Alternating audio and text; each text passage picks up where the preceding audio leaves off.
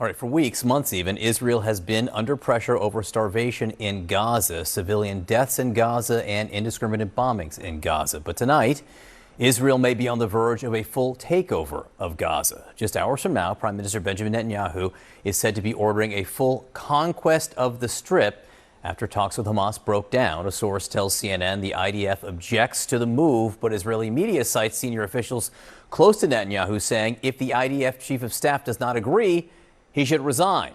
Joining us at our fifth seat at the table is Peter Beinart, author of Being Jewish After the Destruction of Gaza.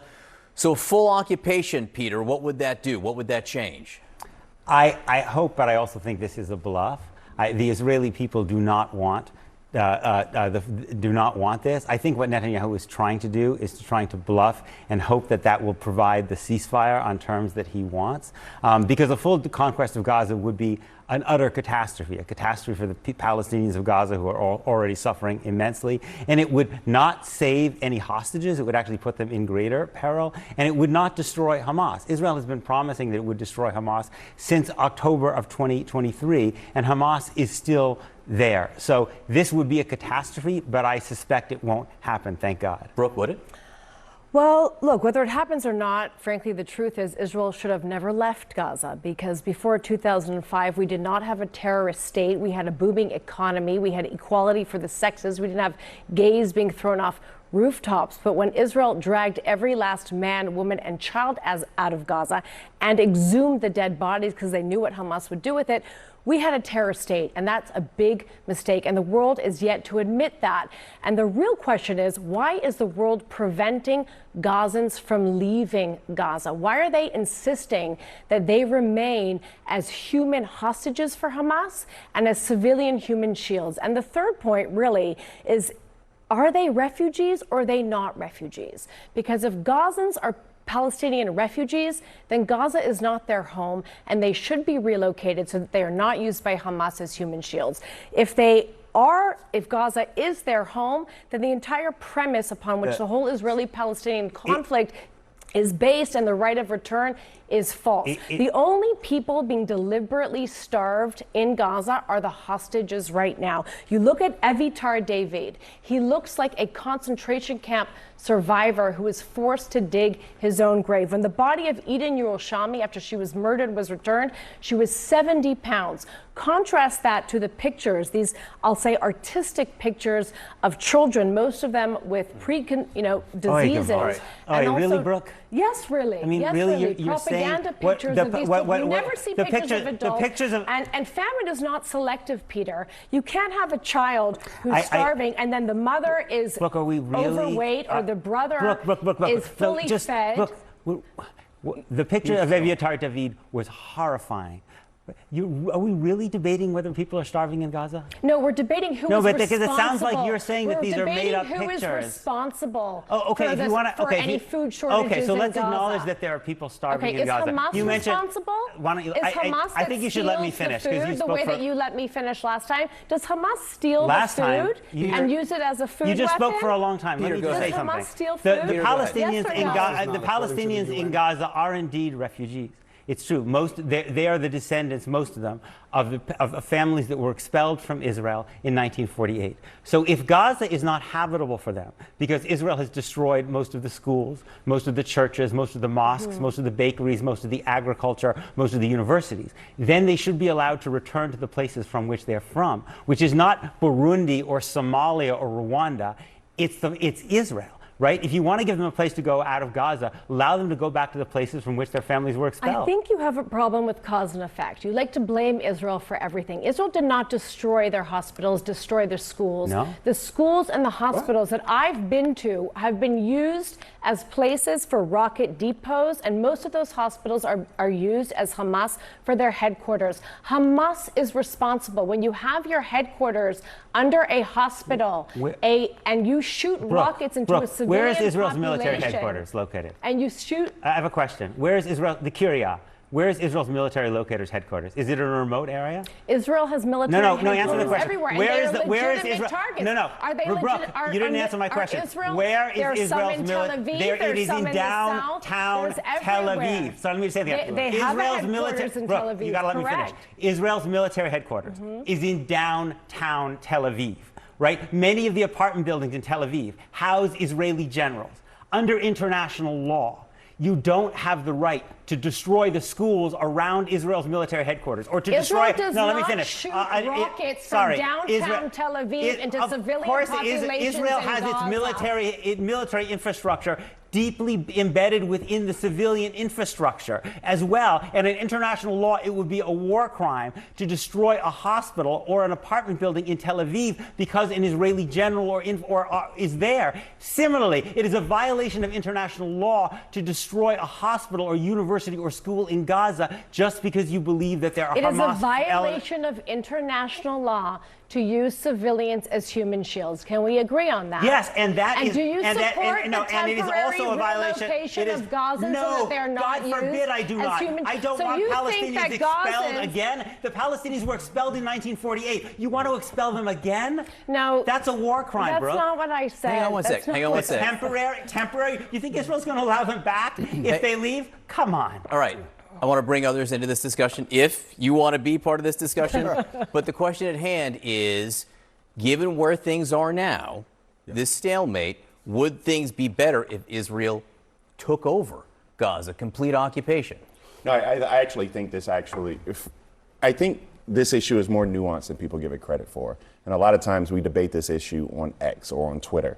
And you just saw these two individuals who are dug in, who believe with all their heart and all their might their particular points. And people try to debate this on Fox News or they try to debate it on X, and they miss it in totality. For example, Democrats, what I would go with is Democrats have to be able to say that, it's very difficult for Israel, and I'm a very pro-Israel Democrat, for Democrats to be able to simply say that Bibi Netanyahu, yes, he's an impediment to peace, but you also cannot negotiate with Hamas, who doesn't believe you have a right to exist.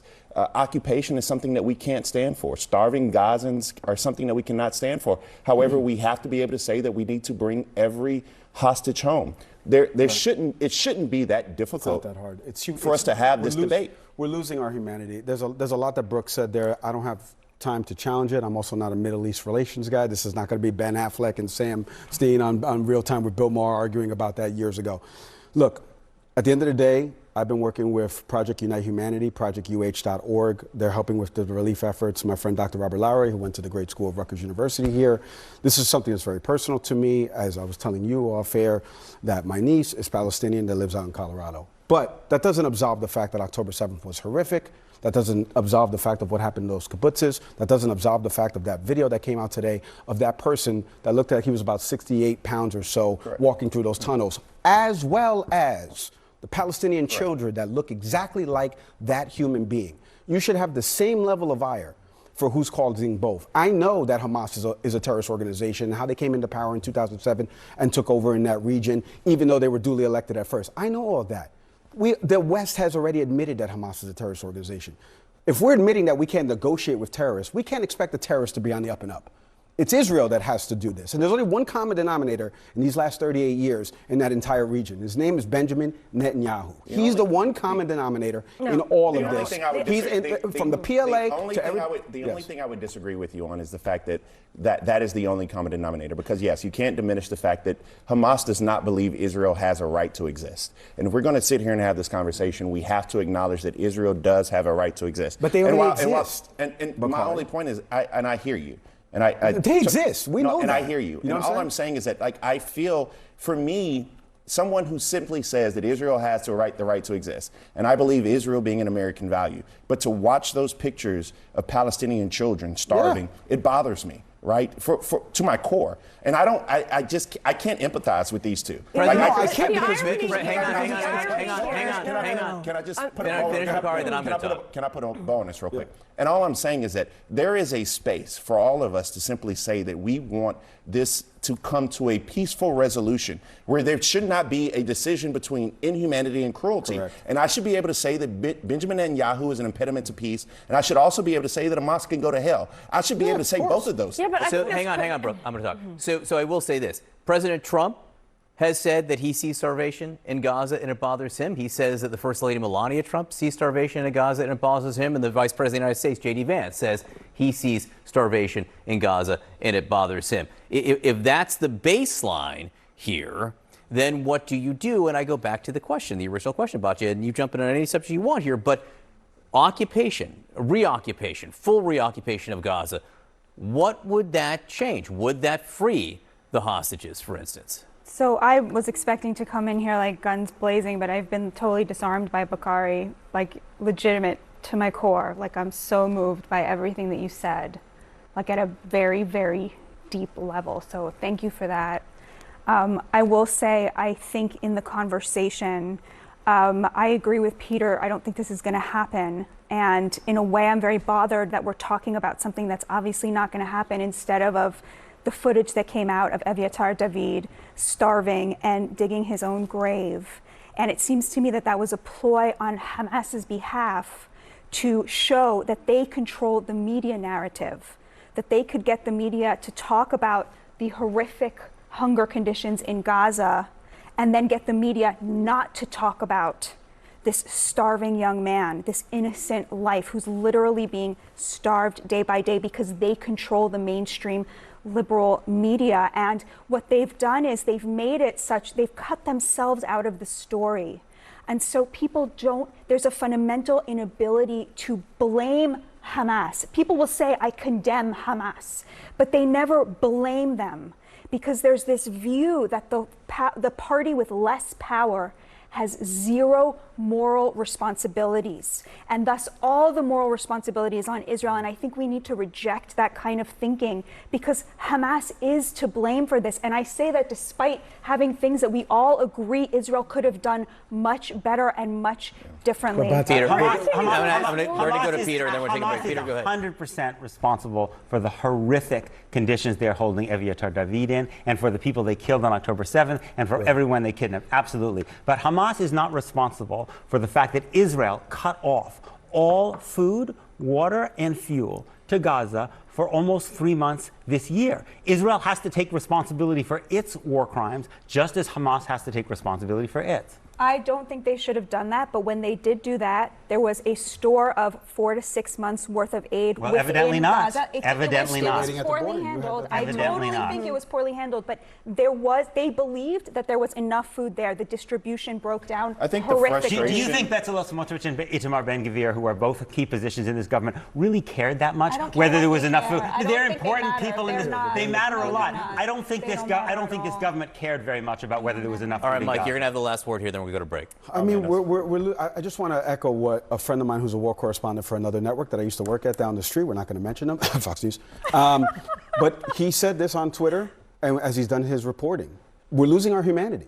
We're legitimately losing our humanity in all this argument. The images that you see of one person that looks This is not exactly happening in like a the other person. vacuum. Hamas has been in power for so long. If we it's want too long peace, to have a conversation the irony is about I'm Hamas. the only person at this table who's actually risked my life to advocate for Palestinian children. I spent 2 years in and out of Jenin, Ramallah, Tulkarm, and Nablus. I'm the one who interviewed Hamas firsthand. I interviewed Islamic Jihad firsthand. I sat with the Al-Aqsa Martyr Brigades, and they told me to my face that they want war. This is not about Hamas. This is about an ideology, and the ideology is You don't wipe an radical ideology Islam. out by And when bombing you an teach ideology. children I mean, in we their cannot. schools, in their textbooks, to revere death, to love death, and not to love life, cannot- and then we you use cannot- those Bakari. populations as We human cannot- shields. This is what you get: Okay, a Brooke. terrorist We state cannot- and a we cannot- democracy fighting on an asymmetric battlefield and a completely impossible place. Because how are they supposed to defeat Hamas when there's no food shortages, They haven't but there defeated is Hamas. They defeated- starvation? They've destroyed Because Hamas Gaza, is and they have using not food defeated as Hamas. a All right, here's what we're weapon gonna do. against Bakari its own Sellers, you got people. 10 seconds, then go to break. I don't even need 10 seconds. What I wish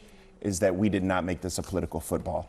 And what's happened since 2008, since the election of Barack Obama, we've made this Democrat and Republican. This isn't about how do we have peace here? It's not about the images that we see. It's about who can make Bibi Netanyahu or whatever, and right and left. And this cannot be that if we're going to find a place where we can coexist. I mean, All right. pardon me for being just naive. Well, not naive. I'm not sure there's much reason for optimism, though. Peter, thank you for being with us tonight. I appreciate it.